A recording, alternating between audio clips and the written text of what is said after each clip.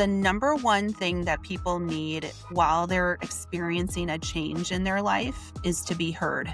And we tend to forget that often, like to actually hear our people. And true love is taking the moment to listen. I like to tell people AI, especially agentic AI, it's more like onboarding a new employee, right?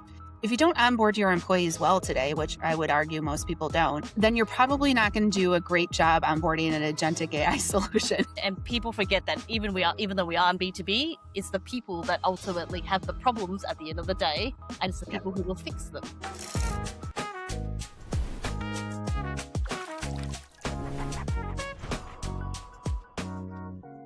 Welcome back to the SaaS Playbook. The show exists for the founders and operators who are deep in the work, building businesses that actually last, having conversations that go beyond the highlight reels, and figuring out what it really takes to grow something meaningful in B2B. If that's you, you're in the right place. This episode is brought to you by Hera Digital. We work with B2B businesses who are ready to stop guessing at their pipeline and start building something repeatable.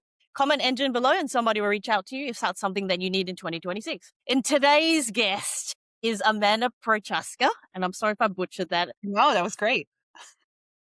Founder of Wonder Services. Now, there's so much to unpack here, which hopefully in this session we'll get a chance to do so.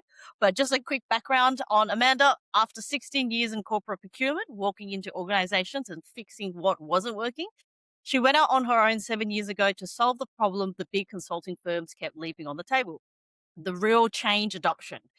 Now, she leads a global team helping enterprise organizations navigate the AI era with human element intact as a priority. She's got a book on the way, a framework she lives by, and the way of talking about leadership, what that's going to land differently to most things you've ever heard before. Amanda, welcome to the show. Jenny, I just need you to follow me around and do that introduction. Could you do that for me? Okay. So you can totally clip that and use that. And I was like, well, this is a great introduction. Yeah, that was good. That was really good. Now, let's backpedal a little bit and let's go back down memory lane and find out, you spent 16 years in corporate being the person they called in to fix things, essentially, and you haven't strayed too far away from that now. But at some point, you looked around and thought, I could probably do this better on my own. Walk me through that moment and what made you actually take the leap of faith. Okay, so there were a couple of things going on. I was moving my family a lot, Jenny. Like I have two small kids at the time, and my daughters, and they mean the world to me, as most mothers would say. Like their kids motivate them in all kinds of different ways. But part of this was a at-home decision where I wanted to be at home with them more often. I wanted to see them grow up. And my oldest daughter, we were coming home from vacation one day, and she asked me which house we were going back to because we moved so often, she couldn't remember. So I was like, okay, well, maybe as they're starting to get older, I should give them a little bit more stability. But on the other side, from a business standpoint, I was involved in so many transformations that I realized that there was a big opportunity in the world of transformation where the larger consulting firms just really couldn't touch what I wanted to accomplish. And that was true transformation at the end of the day. And transformation in the root of it all means radical change. And what I was seeing in organizations that they were investing in technology, which was great, but they weren't getting that radical change. And I just happened to have the skill set to go do that. So but at the end of the day, it really came down to a conversation with my husband, Jenny. He was like, well, what's the risk, right? And one of the risks was 20 years from now, regretting not doing this, right? Looking back on it and always wondering why, which you never want that like question mark in your head. But the other one was like, worst case scenario, I go out and do this. I fall on my face. It's a miserable failure, but I've probably met some really cool people along the way and learned a ton.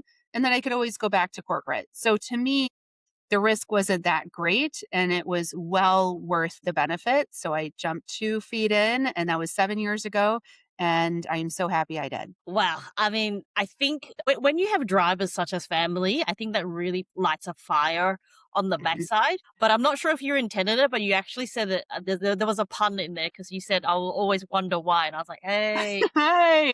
I thought that was on purpose, but that was smooth. And I think I'm in a very similar trajectory. I was like, okay, well, I've conquered all the things that I can conquer in corporate, really. And I don't really want to climb the corporate ladder because we're Mm. just doing the same thing in a different capacity. There's no excitement. There's too many guardrails. And I'm like, I'm just that type of person that always needs to live in the gray and find creative solutions to creative problems. And I feel like you're very similar in that regard.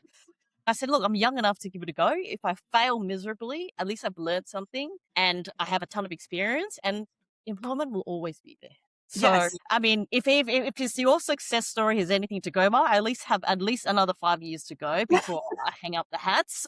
I'm sort of using you as a baseline to say, okay, well, if Amanda can do it, anybody can do it. So as well, I just wanted to touch on sort of the family component and what really drove you in the first place, right? So Mhm. I think when I speak to a lot of female founders is it's much more from a nurturing perspective. It's not to do this because I want to, challenge my own ego or see where this takes me. It's always often for someone else, and in this case, your family, which I'm sure your kids will grow older and listen to this podcast maybe and be like, oh, mom did it for us, right? So I reckon that's really lovely. But you talk about the difference between getting technology up and running versus actually transforming an organization.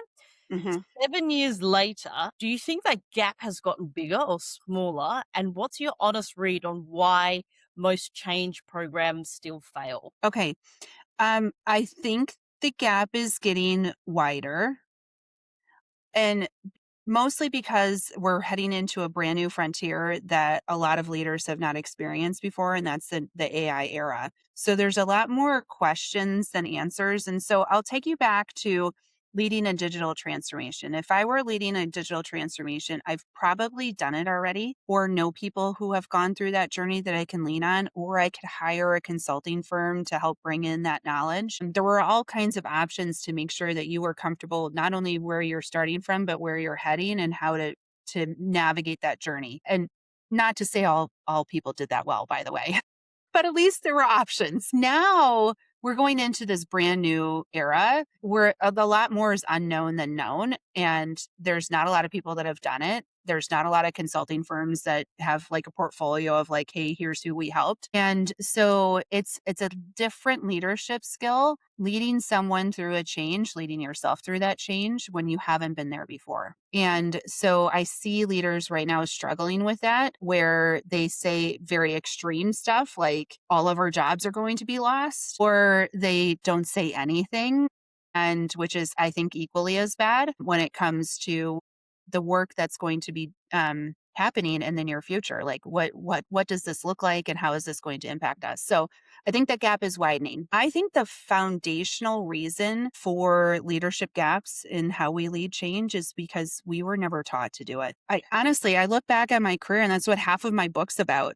My career journey in corporate and just trying to navigate leading change without ever being taught how to do it. And I made plenty of mistakes along the way that made change harder for everyone. And so I wish, as much as change happens in corporate today and in the world, right? Just not just in our work life, but in our lives, it would be great for more people to get trained on what to do, what's the science behind it, and what not to do. That makes it harder for everyone involved. So anyway, that's my wish. That's why I wrote the book, is maybe to help along the way, but it is a huge motivational factor. If I can help at least a handful of leaders be more effective at this, then they've also hopefully helped their teams navigate it, and we can leave a little bit of a better legacy for the people that are coming along behind us. Yeah, yeah, 100%. I do agree with the landscape of AI and how now, really, to be honest, what AI, at least for me, has done is yes, it's improved processes and removed the manual work. Some people are very radical, as you said, it's like we're going to lose jobs. I Yeah. think what AI does on a level of which I don't know if people actually intended AI to be, but it's actually made the humans who are worried about losing their jobs work harder to not lose their jobs. So I think by means secondhand, that's actually worked better for the business. Who knows? But then if they're not willing to stick around and find out what that looks like for them, then they're probably not the right fit in the first place. So it's kind of a good way of actually weeding out not the not so No, that's interesting. I've never thought about it that way, but that's very interesting.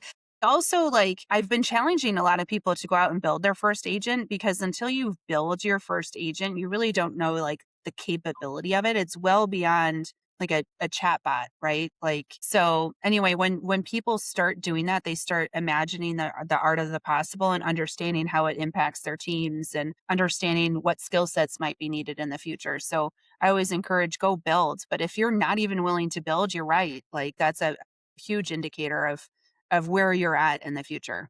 Yeah. And I think as well, I think it not only understanding of what you can really achieve with agentic AI, but also you can understand the process that it's not as easy as people make it out to be, and actually That's true. deploying it is a whole different level on an enterprise scale. So I just want to put that out there. Okay, it's Yeah. not you can just go and download Claude Code and just hope for the best. Yes, you can do that on a sort of a personal perspective, but not sort of at a business level. And I think that's sort of where Wanda comes perfectly into that gap. But like AI changed everything in your space really in the last year, Yeah. really heavily in the this year alone, and you made a deliberate shift toward it rather than away. And you're not coming at it from like a tech angle, you're coming at it from a human element. Mhm. And what you're seeing in boardrooms and leadership teams right now, what really concerns you most about how organizations are handling this transition? I love this. I actually just presented at a conference last week, and the whole topic was around how to lead change in this AI era. So it was like light bulbs were going off in the room. But I heard examples when at the end, when people were asking questions like, hey, my leader just keeps on asking me what AI solutions have I deployed? That's the extent of it, and I think that's super dangerous, right?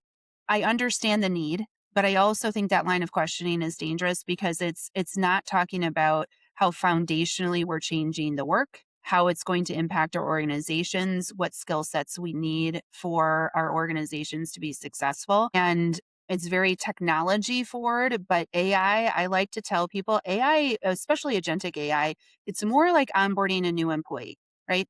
If you don't onboard your employees well today, which I would argue most people don't, then you're probably not going to do a great job onboarding an agentic AI solution. So think about what it takes. Understanding SOPs, understanding policies, understanding ways of working, understanding who's the decision in this case, who's the human in the loop, what decisions need to be made, what's the happy path and what's not the happy path. Like all of those things need to be discussed. So it's much more than what have you done for me lately? What AI have you deployed? And a broader conversation that needs to be had, more thinking about the human element, less about the technology. That's a beautiful way to think about it because when people think of AI, they're still quite lost in day-to-day conversation I've had, at least on a non-personal level. And I always say to them, think of the outcome you want to achieve first and then see if AI can actually be applied to it, not Yes. the other way around, because often that's when bugs happen and then you're actually creating agents on top of agents and nothing actually gets resolved because you're spending more time debugging. And I think to add to what you were saying, Amanda, is you really have to have a very significant amount of planning before you even deploy, and that is to check those things that you mentioned of human Hmm. in the loop. Who does it refer to, and what is its actual role? Because you can't give what the agent that many roles because it's confusing, just like an employee. Right. So I'm like, people need to understand that they carry out one single task extremely well, and that's it. Okay. Then you have lots of other agents that handle cross reference, but you cannot expect one agent to do all of those things as a human would. And that's where the human comes into play.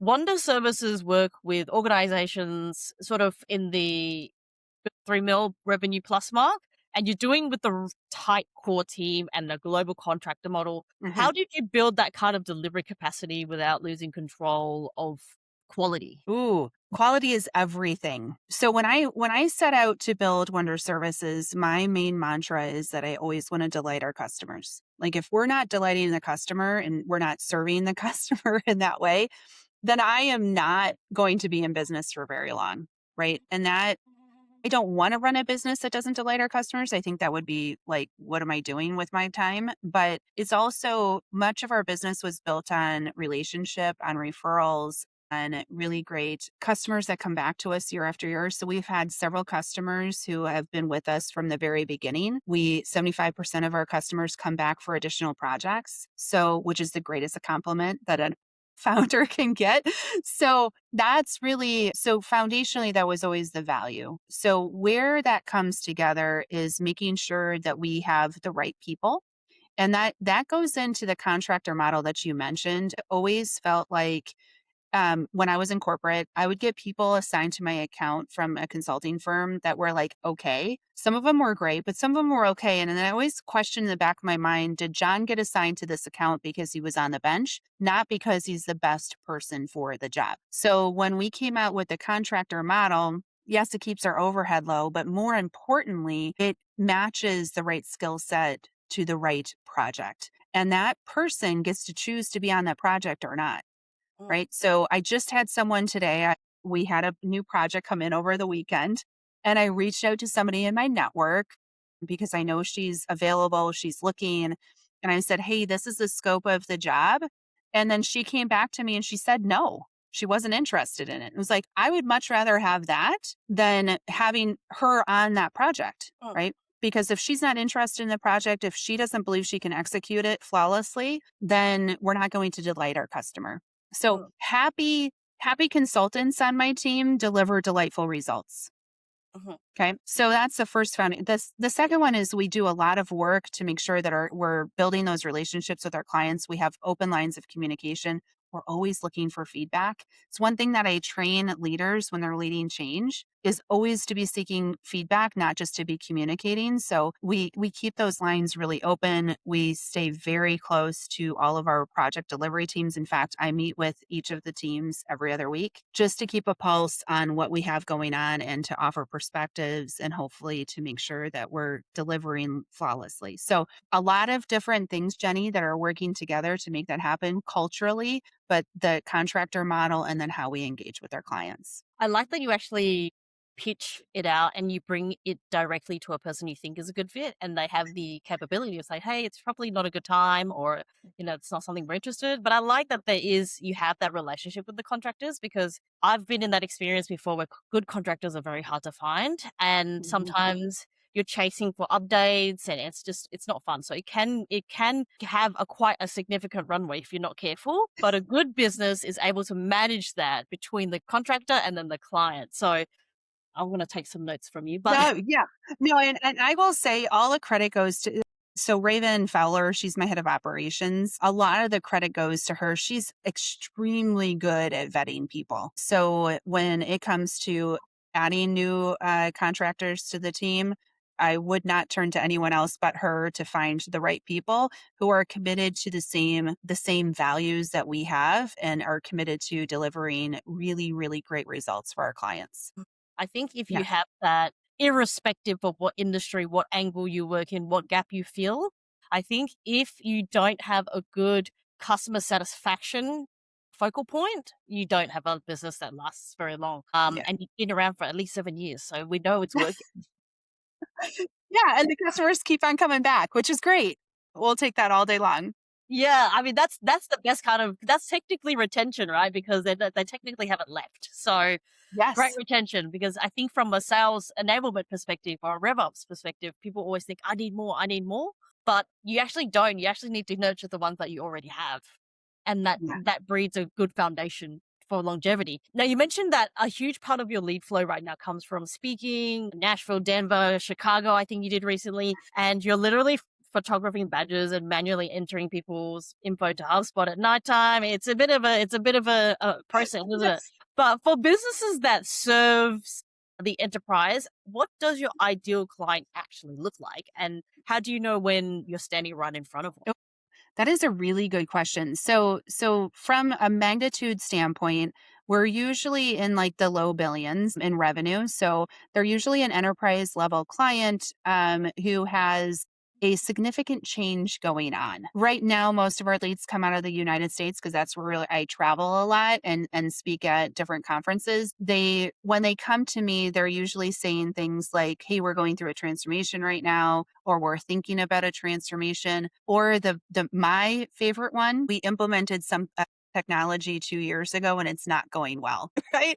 Uh, which it's not a good situation for them to be in, but we really thrive in those environments where they're like, "Hey, we tried and Either it's going well in certain points, but it's not in others, or it's just really not what we were expecting, or it didn't create the transformation that we were hoping for. So a lot of those conversations happen on the floor at conferences. And then I've been getting a ton, Jenny. Like we're talking about AI all the time now on the road. And I get people that are like, hey, I really want to move forward with this, but I'm not getting support from my leadership. I'm not understanding how the op model would work around this. I'm not sure the skill sets that we're going to need. So a lot of those type of questions are coming up, and those are usually good indicators for us, like that we could come in and help. So anyway, that's usually what we're looking for. The conferences that I go speak at, like you said, that's where a lot of our lead gen is happening today. I've always wanted to be very value forward. So showcasing value, showcasing thought leadership. I actually had a woman come up to me last week at a conference and she's like, I have probably seen you on stage a good 5, 6, 7 times. And I never knew that you had a business. Which is shame on me a little bit, but also kind of how I want to present myself because it is about value first. And then if there's something that I'm saying that's valuable to them, they will naturally build a relationship and we can go from there. Yeah, I think Yeah. what has the ongoing theme is basically you value the human first, Yes. irrespective whether that's business or personal, internal. I think that's what really stands out about your business and why we wanted to feature you on the podcast itself is because of amongst all the noise that it's still the human at the end of the day, and people forget that even though we are in B2B, it's the people that ultimately have the problems at the end of the day, and it's the Yeah. people who will fix them. So, and I think there's something to say, especially because I'm sort of more in the tech SaaS space, Yeah. that we often have conversations and we completely forget about the human we're trying to serve. And I'm like, well, okay, that's great, but what are you trying to actually help people with here? They're like, Right. oh, well, we didn't think about it like that. I'm like, well, okay, we probably shouldn't talk anymore then. But I think, yeah, just to sort of add to that is, I think that just comes from a natural sort of nurturing perspective because you want to nurture that person to get to that goal, right? And I think it comes out of your pores. Yeah. Thank you. We love it. So now you've got a strong partner network. You're sort of trying to feed. You've got a BD function that technically could just walk out the door. But where are you sort of putting your energy right now to make sure the front end keeps moving without it all sort of depending on you? Yeah. So the struggle in a consulting business, any service-based business is the project flow, right? There were, I think this was almost 3 years ago now, where I remember Raven calling me up and she's like, all of our projects are ending in June. It's like, yeah, wow. Okay. So, we have changed the mix a little bit of our business to be like ongoing reoccurring revenue and project-based revenue, but it's always the challenge of closing the new business, executing that business well, but keeping that pipeline full of what's to come next. So, we've traditionally done a really great job of closing business and running that business really well, but we've had some really high peaks and valleys in our business along the way. So we're focusing a lot more effort on that lead gen portion. Me being on the road at the events is huge, but there is a spring season and fall season for that. So we see like the number of leads coming in ebb and flow throughout the year. They spike in those two times. And now we've made the investment in hiring some lead gen folks to help us generate more calls, more activity outside of the events to keep that deal flow going. Nice, nice. It's a healthy way to do it, right? Because there's only so much Amanda that can go around. No, yeah, I can't. And nor am I good at it. Like as a leader, like as a business owner, you're like, what am I good at? And I'm gonna go there and we can hire other really, really good people to do other stuff. Yeah, yeah. I think the bigger question there is, I think a lot of people know that, but it's like, at what point? When do I actually bring somebody on board that can handle this for me? And Mm. when at my turning point was when I was pumping 60, 80 hours a week, and I was like, okay, this is probably not a good use of my time. And it's funny because you start to really learn the hard way being a business owner. Oh yeah. Yeah. Well, and it's funny too because like I hired Raven. She was my first hire, my head of operations, almost 4 years ago now. And I remember walking out of my office and looking at like it was like probably close to 8 o'clock at night. And I looked at my husband and I was like, I can't do it anymore. Either I have to go back to corporate or I have to figure out some way of getting help because I was doing all the delivery at the time for clients and I was doing the sales and I was doing the marketing and I was, and so I had 3 proposals on my desk that were there for 3 weeks and I couldn't, I was not getting to them. And I was like, these people are going to walk. They're not going to want to do business with me if they have to wait 3 weeks Oh, for a response on what they want. So that night I put out a job ad and was able, lucky enough, blessed enough to have Raven join me. But I think any good enterprise, any good, startup, whatever you want to call it, any good enterprise firm needs a CEO who's a visionary or someone that's a visionary and someone that can operate the business. mhm, Right. And that was a game changer for me. We doubled our revenue almost in the next 3 months after she came on board, mhm, just because I had the extra help. So it was well worth the investment. mhm. Adults Yeah. are right. All I right. We know. we I know. appreciate you. I feel like that was me maybe 3 months ago when I was pulling those crazy hours. Oh, Yeah. this is not it, right? This is not Right. this is supposed to be because I'm not really doing what I wanna do, which is basically help people diagnose, right? So I'm like, that's my jam. The You're delivery right. part is not my jam. And because I think when you first start, and this resonates because when you first start, you're like, you gotta keep your margins somewhat healthy for the next month. So you do delivery on your own and you realize my forte is not actually in delivery. It's actually in the Yeah.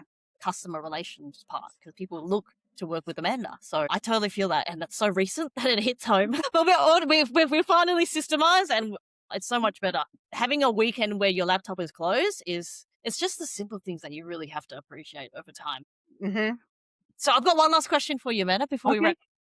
So you've created a whole framework called Alice, and at the center of it is leading with love, literally right bang in the middle. Yes. That's a bold thing to put at the front of a business conversation, especially in enterprise procurement. What does it actually mean in practice, and why do you think more founders are afraid to lead that way? Okay. So when I present on Alice, I always say, the next one, the L is leading with love. And then I pause and I'm like, okay, everyone, we're talking about love. It is okay. And everyone just starts giggling and it kind of just takes the edge off a little bit. But when I talk about leading with love, we in corporate in general, we like to call it a whole bunch of other things like vulnerability and empathy and like all of these other words. And it really just comes down to love at the end of the day. And what shifted this for me was the number one thing that people need while they're experiencing a change in their life is to be heard. And we tend to forget that often, like to actually hear our people. And true love is taking the moment to listen. And so that's simply how I define it. Like you can define it in all kinds of different ways, but if you take the time to listen to your people, to truly understand where they're coming from and to make sure that they feel heard, they will feel loved. And And that's so in the business. It's really right. Like we're putting out relationship advice at this point. but think about this. Think about if you're a salesperson, right? If you make sure that your client feels heard, are you going to land that deal more often than not? Most likely. Right? Yeah.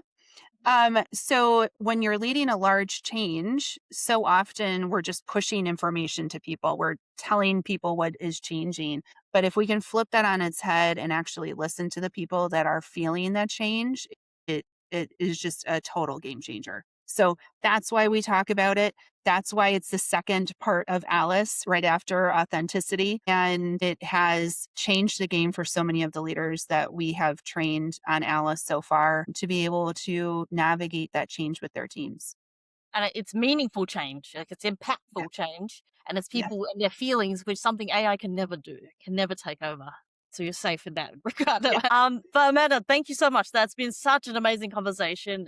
The idea that everything is going to get cold fast unless we double down on the human element, and I think that is going to stick with a lot of people who are listening today. Thank you so much for your time and your honesty and showing what 7 years of doing this really looks like. But if you're interested in engaging with her, all of the required links would be in the show notes below to get to Amanda directly. But in the meantime, keep building meaningfully. Thank you, Jenny. Thank you so much for having me.